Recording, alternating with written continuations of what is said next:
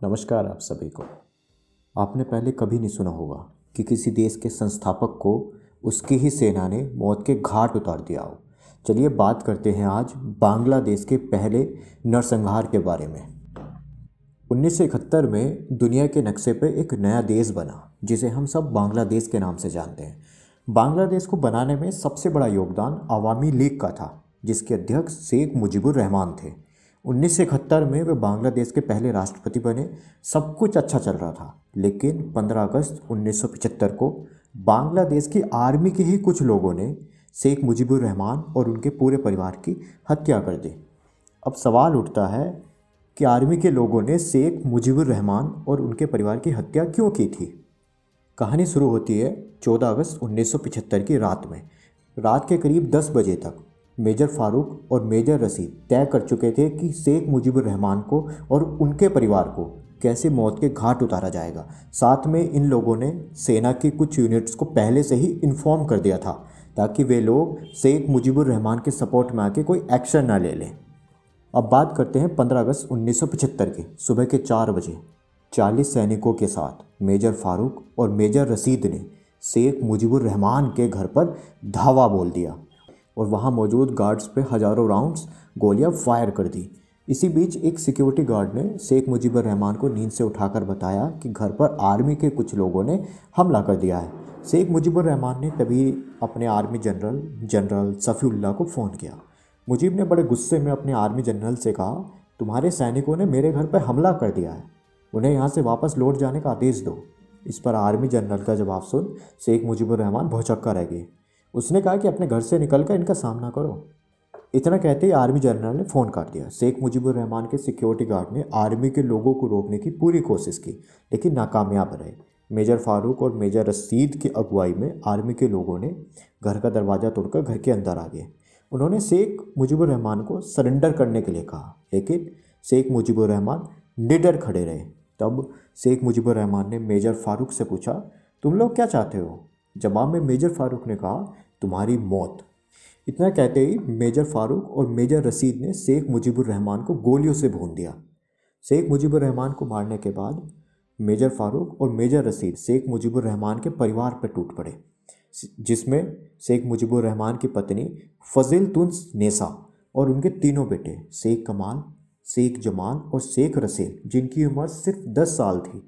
साथ में शेख कमाल और शेख जमाल की दोनों पत्नियों को भी गोलियों से भून दिया।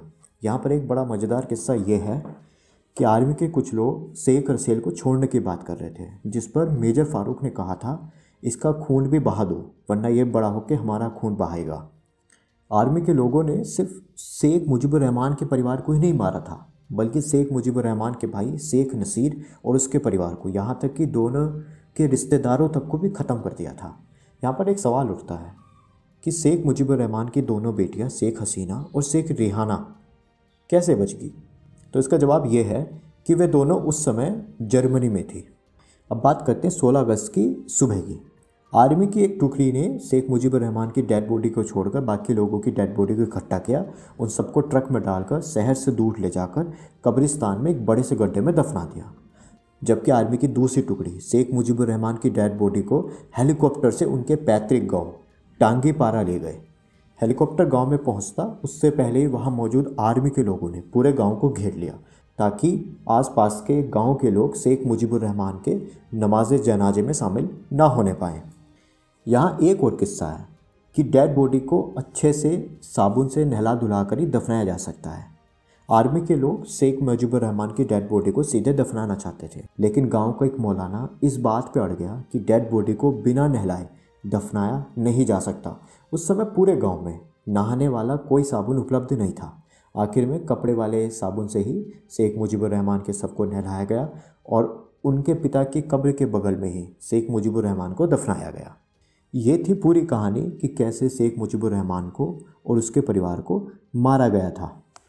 अब बात करते हैं उन कांडों की जिस वजह से शेख मुजीबुर रहमान और उनके परिवार की हत्या हुई थी। इसके बहुत सारे कारण हैं, पर हम यहाँ पर सिर्फ मेन पॉइंट्स कवर करेंगे। नंबर 1, बांग्लादेश को आज़ाद कराने में मुक्ति वाहिनी ने अपना सबसे अहम रोल अदा किया था। इस वजह से शेख मुजीबुर रहमान ने मुक्ति वाहिनी के लोगों को देश में मौजूद सेना से ज़्यादा अहमियत और पावर देने लगे थे, जिस वजह से सेना के कुछ लोग शेख मुजीबुर रहमान से खार खाए बैठे थे और सिर्फ एक मौके की तलाश में थे। नंबर 2, 1975 में शेख मुजीब ने बांग्लादेश कृषक श्रमिक अवामी लीग की स्थापना की थी और इसे देश की एकमात्र कानूनी राजनीतिक पार्टी घोषित किया था। ऐसे करते ही शेख मुजीबुर रहमान ने बांग्लादेश में लोकतंत्र को ख़त्म कर दिया था, प्रेस की स्वतंत्रता छीन ली थी और विपक्ष को पूरी तरह से कुचल दिया था। इस वजह से जो विपक्ष था वो पूरी तरह से शेख मुजीबुर रहमान पर खार खाए बैठा हुआ था। नंबर 3, 1974 में बांग्लादेश में एक भीषण अकाल पड़ा था जिसमें लाखों लोग मारे गए थे। लोगों का मानना था कि इस अकाल में इतने लोग नहीं मरते अगर सरकार समय रहते कुछ बचाव का काम करती। इस वजह से जो पूरी आवाम थी बांग्लादेश की वो शेख मुजीबुर रहमान पर खार खाए बैठी थी। अब आप हल्का सा ध्यान दो, सेना नाराज है मुक्ति वाहिनी की वजह से, विपक्ष नाराज है बांग्लादेश कृषक श्रमिक अवामी लीग की वजह से, और लोग नाराज हैं अकाल की वजह से। जो सेना पहले से ही मौके की तलाश में बैठी हुई थी, अब उसे वो मौका मिल चुका था। सेना समझ चुकी थी कि अगर हमने अभी शेख मुजीबुर रहमान को रास्ते से हटा दिया तो जनता हो या विपक्ष सड़क पे नहीं उतरेगा और हमारा काम भी बन जाएगा। तो कुल मिला के पूरे देश में जो नाराज़गी फैली हुई थी, सेना ने उसी नाराज़गी का फ़ायदा उठाया था। अब बात करते हैं इस साजिश में कौन कौन शामिल था। इसमें शामिल थे army general Safiullah, major Farooq Rahman, major Khalid Musharraf, major Rashid, lieutenant colonel Abdul Alim और मेजर दलीम।